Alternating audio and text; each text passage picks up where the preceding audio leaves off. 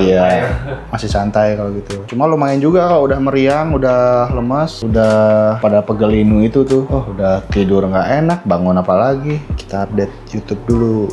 Oke, selamat Selamat pagi menuju siang, udah jam 10. Jadi kita hari ini lagi persiapan untuk kedatangan tukang tangga. Jadi seperti yang pernah gue infokan, kita akan pasang tangga lagi ke atas. Dan ini barang-barangnya udah dipindah-pindahin ke sana. Si printer DTF Jaka-nya udah ada di situ. Itu aman ya. Udah pakai elixir, jadi nggak perlu panik lagi, nggak perlu cemas lagi harus di maintenance dan segala macam. Nah, jadi sekarang kondisinya kayak gini. Nanti ada kemungkinan ruang kerja pindah ke sini.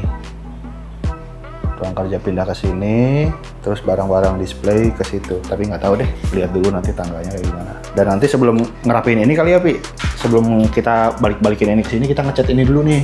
Ini doang yang putih, ini plafon. Soalnya kalau udah kepasang-pasang barang-barang kan nanti netes-netes dapat itu. Misalkan cat masih banyak kemarin tuh. Ya sudah gitu, tinggal nunggu abangnya aja. Mulai dulu, ini mobil soalnya nggak cukup. Iya, takut ada yang lewat. A few minutes later.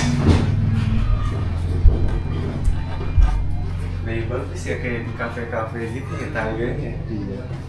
Industrial.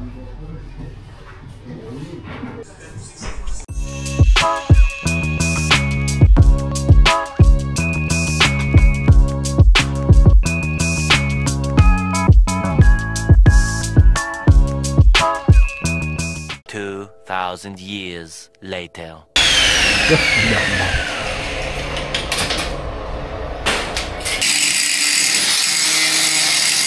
One day later. Oke, selamat pagi. Jadi ini adalah kelanjutan dari hari berikutnya. Dan di sini masih berantakan, masih banyak barang-barang di sana. Dan ini tangga yang dibikin kemarin, konsep-konsep industrial. Cuma masih bunyi ya tadi kalau dinaikin. Tapi secara fungsi oke lah ini. Lumayan rapih. Pengerjaannya juga cuma sehari selesai. Dan yang PR adalah sekarang kita akan ngeberesin ini. Dan gue masih bingung untuk nentuin posisi-posisinya seperti apa nanti enaknya. Sempat ada kepikiran bagian produksi difokusin di sana. Sementara ini adalah untuk display semuanya. Di sini display untuk produk-produk yang bisa kita produksi. Terus di sini entah apa ya, mungkin display rak yang untuk si printer DTF Jaka. Di sini juga mungkin rak-rakan gitu ya. Dan yang harus dirapihin tuh sebelah sana. Itu untuk produksi. Jadi seperti itu aja teman-teman. Gue nunggu si Raffi dulu deh. Karena ini lumayan agak berat. Kemarin gue mindah-mindahinnya sendiri. Ternyata lumayan bikin tangan kambuh juga nih. Karena tangan kiri gue ini nggak tahu kenapa. Mungkin kayaknya agak keseleo nih di bagian sambungan ini. Jadi kalau misalkan ngangkat-ngangkat dengan posisi yang nggak pas itu nyilu banget, nyeri banget gitu. Jadi kita nunggu si Raffi aja deh. Oke, pokoknya lihat aja nanti jadinya kayak gimana ya. 2,000 years later. Oke, selamat siang. Nih udah siang banget tuh, udah terik di luar. Jadi akhirnya diputuskan untuk sementara, entah sementahun ya, posisinya seperti ini. Jadi balik lagi kayak awal, hanya bedanya si mesin ke mesin press segini masih jarak aman sih. Apalagi di sini ada AC kan, mungkin jadi nggak terlalu panas. Toh print head juga parkirnya di sebelah kanan, jadi insya Allah aman. Terus di bawah tangga ini ada kayak rak-rak gitu. Terus ini ada mesin apa ini, press smoke. Dan kebetulan ada orderan press smoke nih, kita lagi nyiapin juga. Terus ini ada dua printer L1210 Epson yang udah gue modif. Yang ini untuk Sublime, yang ini untuk art paper gitu. Seperti yang pernah gue ceritain, jadi ada rencana untuk bikin kayak semacam merchandise gitu ya. Produknya bisa bermacam-macam sih, kayak ya stiker, foto, terus kipas, terus gantungan kunci dan segala macamnya. Tapi belum fix, masih dalam tahap mungkin bisa dibilang masih eksperimen lah gitu untuk nyari settingan-settingan terbaik. Dan ini udah di modifnya itu adalah beberapa modifikasi yang jadinya nanti pada saat ngeprint itu bekas giginya, bekas gerigi di printer itu udah nggak ada sama sekali, udah bersih gitu, sama sekali nggak ada. Itu terus mungkin nanti ada modifikasi lain kayak misalnya tempat tintanya dan tempat pembuangan tintanya nanti dimodif lagi. Masih dalam tahap eksperimen, masih nyari-nyari settingan yang terbaik juga. Nah ini kita sekarang ada orderan 6 mug. Ini kita udah pasang kertasnya yang udah di print menggunakan tinta Sublime. Sekarang kita akan pasang aja ke sana. Jadi ini suhunya pakai suhu 180 ya. Suhu 180, kita masukin muknya, kita tutup, kemudian timernya kita nyalain sekitaran 240 tuh berapa detik berarti? Berapa menit berarti? 4 ya? 4 menit lah, kurang lebih. Jadi waktunya 4 menit dan suhunya 180 gitu. Dan waktunya dinyalain pada saat muknya udah terkunci. Karena ada juga beberapa yang muknya terkunci dulu, baru nunggu suhunya sampai naik 180 dulu baru dipencet. Nah, kalau kita enggak, sekarang kita coba aja deh. Gimana cara pegangnya? Tapi bisa nggak masangnya? Kalau nggak, tapi pegangin deh.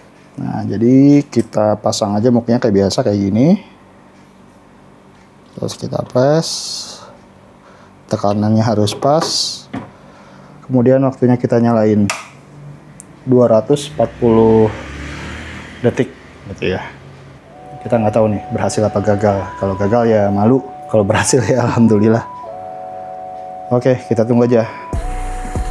Oke, tadi udah jadi satu, cuma lupa nggak direkam, dan ini jadinya seperti ini ya. Kita tunggu aja karena ini masih panas banget. Kalau gagangnya sih nggak, cuma di sininya tuh panasnya panas banget. Posisi ini. Taruh aja gitu. Naruh dikit. Nah, dah press sambil pegang tangan kiri. Tapi kalau udah kepres gini udah nggak boleh diangkat-angkat lagi. Nah, nanti Raffi hafal sendiri. Sekarang ya, lupa 40. Jadi buat yang mau pesan muk bisa juga ya di kita ya. Cuma saran gue sih emang kalau untuk pemesanan muk cari yang bisa pengiriman same day atau instan, atau mau ngambil ke toko juga boleh. Ya 6 piece juga boleh lah. 6 sampai ratusan juga boleh. Minimal 6 piece ya. Kalau misalkan cuma 1-2, soalnya kalau dikirim pakai same day pakai instan kasihan ongkosnya gitu. Tapi ya kalau misalkan memang mau cuma 1 atau 2 ya boleh aja sih. Cuma ya ongkosnya ditanggung sendiri. Nah, untuk ngebukanya ya boleh pakai tangan, pakai kuku juga bisa, pakai alat pencongkel gini juga bisa. Masih agak panas kayaknya. Oh, gagal ya gagal, kalau berhasil berhasil. Oke, berhasil. Nah, ini dia. Aduh, ini ada apa ya? Apa ini tuh? Ada sisaan-sisaan sedikit nih. Desainnya trouble di tinta Sublime itu adalah warna hitamnya tidak jadi warna hitam, tapi jadi warna coklat. Itu biasanya terjadi kayak gitu karena kepanasan atau kelamaan untuk nyetaknya gitu. Tapi kalau ini enggak, ini hitam. Ini udah hitam, full hitam. Oke, udah selesai satu.